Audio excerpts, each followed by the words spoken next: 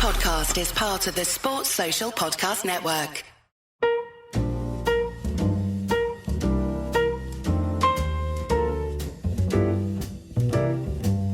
Let 'em come, let 'em come, let 'em come, let 'em all come down to the den.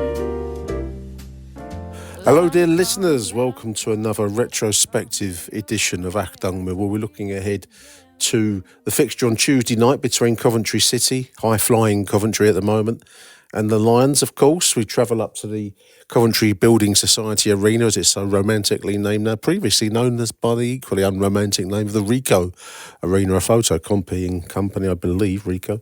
But we're going to be looking backwards, dear listeners, as is our wont, to set the scene for the Tuesday night fixture, televised fixture between the Lions and the Sky Blues. So we're going to be looking back to 1956, 60 years. Wow. 70 years. Add up, Nick. Learn to add up. 70 years back to the 13th of October, 1956. That's incredible. Coventry City won. Millwall II, a game played in the 3rd Division South at the old stadium for Coventry, Highfield Road. We'll look at Highfield Road in a little bit. But this is in front of 20,261 spectators. A win for the Lions in the 3rd Division South. Goals from Pulley, from Gordon Pulley and Joe Tyrell, two players that I had not come across previously. I think one of the great joys of doing these retrospective shows is to name check players that we have, you wouldn't otherwise ever have mentioned or think of, and neither player there is well known in Mill history, so it's great to be able to give them a shout out. So goals from Gordon Pulley, Joe Tyrell, a 2-1 win for the Lions against Coventry City. I've got a match report here from the Sunday Express, dear listeners, dated Sunday the 14th of October 1956. The headline is Kalamazoo has them going always. Coventry won, Millwall II by Colin Morton. Get ready for some old school language here, anyone of a nervous disposition. The coloured South African Stephen Kalamazoo Makone delighted 20,000 at Highfield Road with his goal-making debut, but the inability of most of his colleagues to use his chances angered the crowd just as much. The 25-year-old Makone, who is still an amateur on an extended trial, made the most of his opportunities, including one in which led to inside left Ray Sambrook, giving Coventry the lead on 33 minutes. So we've gone behind there. 33 minutes, goal for Roy Sambrook. This display ought to ensure that Makone becomes the first non-European from South Africa in professional soccer in Britain. Millwall's left-back Stan ANSLOW never had any idea what Makone would do next. First, the winger would leave ANSLOW standing in a straight run, then he would sell him a dummy. ANSLOW bought one when Makone began the move in which Sambrook scored. Then in the highlighted text it says, Makone can smash in unstoppable shots too. Two of these would have given goalkeeper Bill Lloyd for Millwall, little chance, but they hit the side of the net. Millwall's right back, Alex JARDINE, the best defender on the field, had an easier time with Coventry's other newcomer, the outside left David Ferguson from Alloa. Ferguson was not partnered well by Sambrook, but showed neat touches. Millwall's equaliser at 78 minutes brought a storm of protest from the crowd and Coventry's players who felt that the goalkeeper Reg Matthews had been fouled. He was on the ground in pain when Gordon Pulley netted, but the referee, Mr. K.A. Collins of Sale, overruled the protests. Millwall kept trying and Joe Tyrell shot against the post before netting in the last minute of the game. Well, that's dramatic. PACEY, returning to lead Mill's attack, was well held by Kirk. COLIN RAWSON, Mill's left half, played well in the second half despite a badly cut eye. Man's game back then, dear listeners.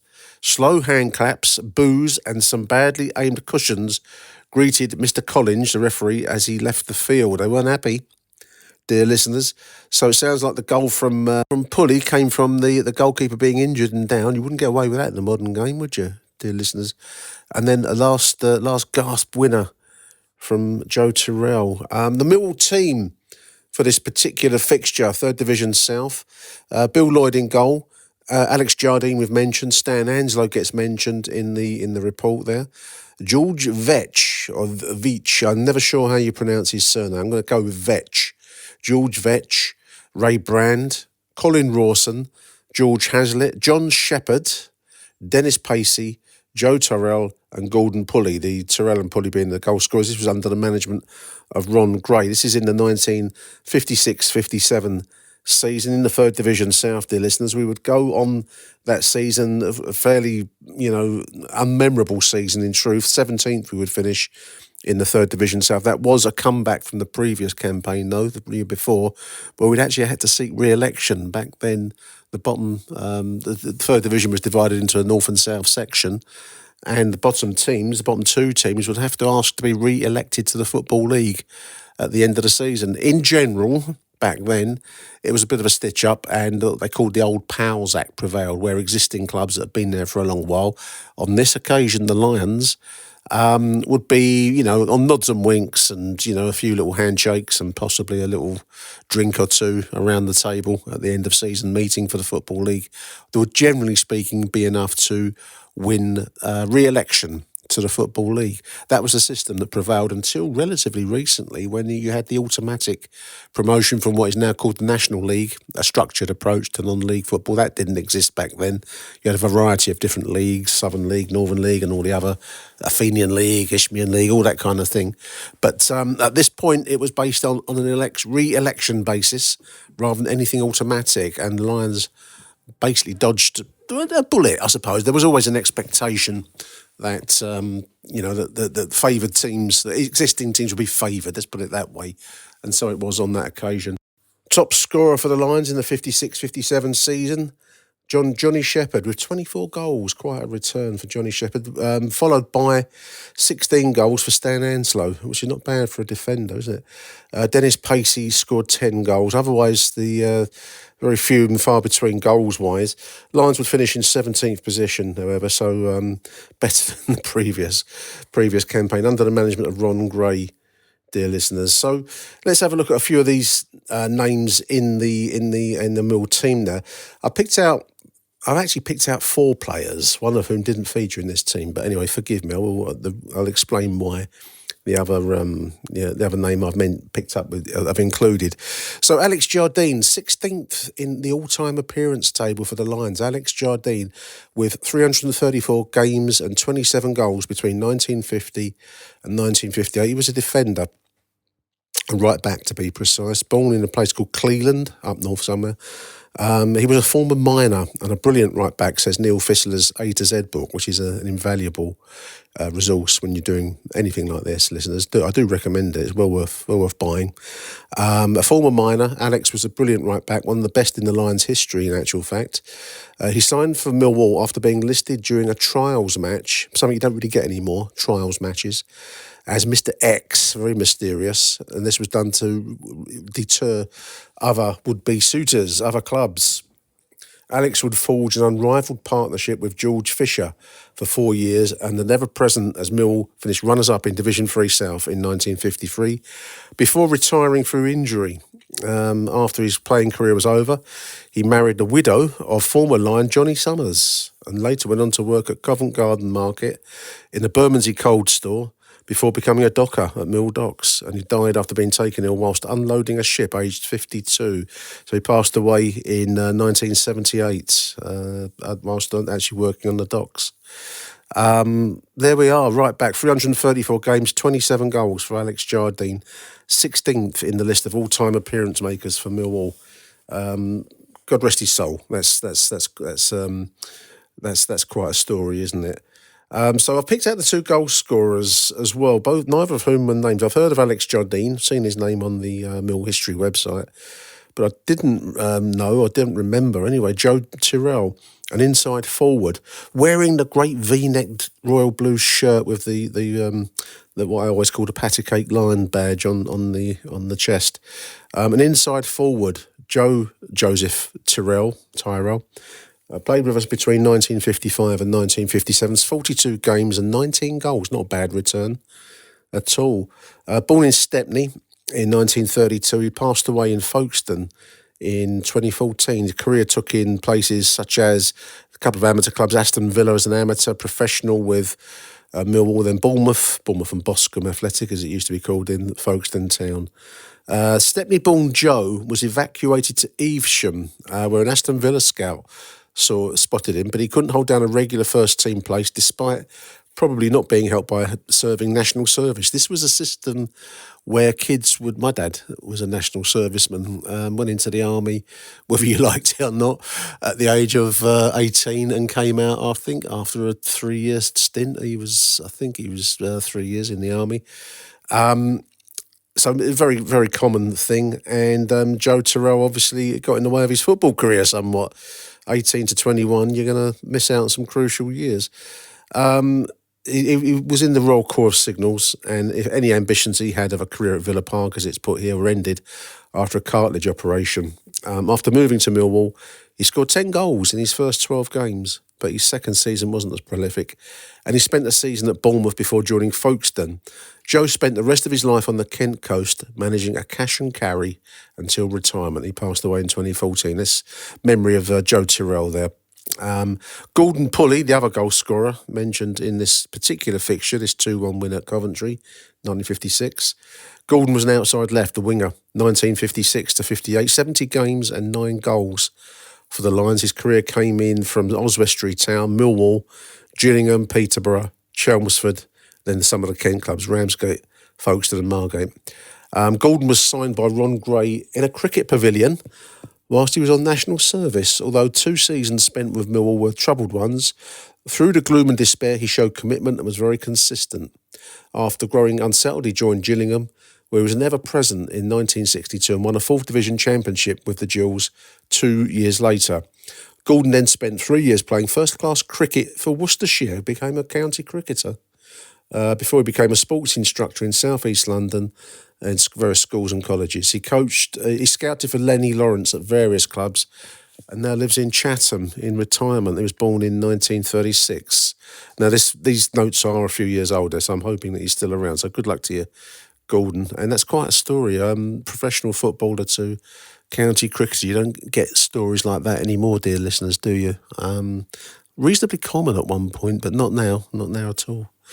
Now, the other name that I've picked out, a squad member, and his name has always struck me because I always confused him with the Buster Merrifield, the guy who played Grandad in Only Fools and Horses. This is not the same person, listeners. This is somebody else. This is Roy Merrifield.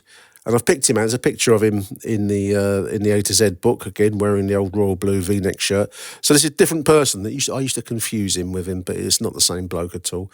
Roy Merrifield, an outside left, played just a couple of games for us, 2 games in 1956-57 from a previous stint with us in 1952. Born in Mile End, 1931, passed away up north, Thornton Cleveleys, I don't know where that is, going to be up north somewhere though, in 2011. His career was scant in football terms, but the reason I've picked him out is that he went on to have a bit of a show business career as a singer, and I quite like the previous chap there, Gordon Pulley, went from being a professional footballer to a professional cricketer and then stayed in sport post-career working schools in South East London. But Roy Merrifield, who was played 2 games for the Lions in 1956-57, became a singer. I'm going to read the little biography here from Neil's book. Roy first joined Millwall on amateur forms in 1952, but within 18 months he turned professional with Chelsea. He found himself behind Frank Blunstone and Jim Lewis at Chelsea, though, and failed to break into the pensioners' first team, Chelsea Pensioners they used to be called. He returned to Coldblow Lane in June 1956 for a second spell at the club after scoring 2 goals in a public trial game, but soon decided to switch with Johnny Summers to outside left. A bad knee injury ended his football career, and then he changed his name to Roy Anthony, no H, Roy Anthony without an H, and became a professional singer after coming second in an ITV, or ITA as it used to be called, television talent competition. So this intrigued me, listeners. You've got to forgive me when you start doing these kinds of shows. If you've got a mind like mine, you find yourself going down little lines of inquiry, totally unrelated to you find one thing leads you to another. So Roy Merrifield's name always caught my eye anyway for the Only Fools and Horses non-connection, as I've said already. But then when I read he became a singer, I had to look further into it. Now I found a couple of press reports here. This is the evening news of the 13th of the 10th. So a marginal Millwall career, but he was a Millwall player, played twice for us. So the headline here, a short paragraph in the evening news of the 13th of October 1956, just a few days before this Coventry game that we're looking at. Roy Merrifield, a 23-year-old Millwall and former Chelsea winger, may quit football for the stage. Last week, a week after singing a song called Believe in Me in front of the TV cameras, he heard that viewers had voted him on the latest Heat winner on ITV's Find the Singer contest. He goes into the semi-finals with a chance of winning a £100 prize, well worth winning back then. £100 was a lot of money back then, and a test with a recording company. Merrifield from Rainham in Essex recently spent £80 on a tape recorder, no less. £80 on a tape recorder. That would have been serious dough for a tape recorder in 1956, listeners. And this was to help improve his singing. He said today, before playing for Millwall Reserves at home to Northampton, I'm glad I was in the competition last week, and I've not last night though, because I've got a cold and I can't sing a note at the moment. That's the evening news report. I then did a little bit of research, started to look into Roy Merrifield, Roy Anthony, as his stage name became. Found a couple of adverts. He's singing with a band here, the King of the Clarinet, Sid Phillips and his band, featuring Roy Merrifield. This is 1961. A place in Hartlepool, the Borough Hall in Hartlepool. Licensed buffet refreshments, tickets now available, 1960. So you missed the gig, listeners, if you want to go and see Sid Phillips and his band featuring Roy Merrifield. Saturday, January the 1st, 1961. I'd have been just a couple of months old at this point, listeners. But there's a superb support act, Johnny Burnup and his orchestra. Johnny Burnup. He's a support act. Admission 5 shillings to get in to see Johnny Burnup and Sid Phillips and his band featuring Roy Merrifield. I would have paid good money to go and see that show. What a name Johnny Burnup is. He should be at the Ace Cafe on the North Circular, shouldn't he? You know, tearing it up with the Los Fuegos road rats or something, you know. So yeah, Roy Merrifield, another report here, stage and television today, 1961, former Chelsea and Millwall footballer Roy Merrifield is after a career as a singer. He's changed his name to Roy Anthony and has recently been vocalising with Sid Phillips and his band. Sid Phillips, incidentally, listeners, is was a serious artist, not one, you know, playing places like the Northern Club circuit. You might think he's no big shakes, but he was actually quite a serious figure in the British jazz scene, a jazz clarinetist. His band were quite well rated in that scene. Sid Phillips, Isidore Simons Phillips, British jazz clarinetist, known as England's King of the Clarinet, no less. Played many venues, including London Palladium. So there's no YouTube that I found, no YouTube footage of Roy Merrifield, Roy Anthony singing with Sid Phillips. There are Sid Phillips tracks that give you a sense of what kind of sound it was, jazzy, you know, crooning kind of songs. And plenty of that on YouTube, but I can't find anything that actually gives you any sense of what Roy Merrifield, Roy Anthony's sound was like. He was singing up until the 1970s. I found another advert here, dated 1976. This is for the Nelson Old Brass Band Club, Nelson in Lancashire. The Roy Anthony playing Sunday night. Great act, it says, members, associates and bona fide guests only. So there we are. That was the career of Roy Merrifield. He born in 1931, Mile End, London boy. Passed away up north, Thornton, Cleveland in 2011 after quite an exotic career, isn't it? Footballer to show business. He never really made it big, but there was clearly he worked the Northern Club circuit, which at that point was a big earning circuit, a lot of money in it. If you want any sense of what the Northern Club circuit, comedy, singing, used to look like, the series, The Will Tuppers and Shunters Social Club, gives you a strong sense of what that looked like. You had comedians, the likes of Bernard Manning coming out of it. All of the ITV show of the 70s, I'm sure, is on YouTube. The comedians gives you a strong sense of the kind of comedy. Some nowadays probably condemn it as unwoke, and certainly was unwoke. But it gives you a sense of what kind of circuit he was playing then. So Roy Merrifield didn't feature in this particular match, but his name caught my eye, and I wanted to give him a mention, listeners, and that's the point and purpose of the show that we do here. So there we are. I hope you've enjoyed this little rambling reference back to Coventry City 1, Millwall 2. We've covered quite a lot of ground one way and the other in this little recording. 13th of October 1956. 2-1 win for the Lions in a season where we'd finish in 17th position in the old 3rd Division South under Ron Gray. There it is. Thank you for listening, dear listeners. Apologies if I've waffled on and gone down too many tangents for your taste, but that's the way I roll. Until the next edition of Achtung Millwall from me, Nick Hart, it's Arrivederci Millwall. Bye for now. Let 'em come, we'll only have to beat 'em again. It's the best team in London, oh, the best team of all. Everybody knows us, we're called Millwall. Let 'em come, let 'em come, let 'em come, let 'em all come down to the den. Who do you want to watch?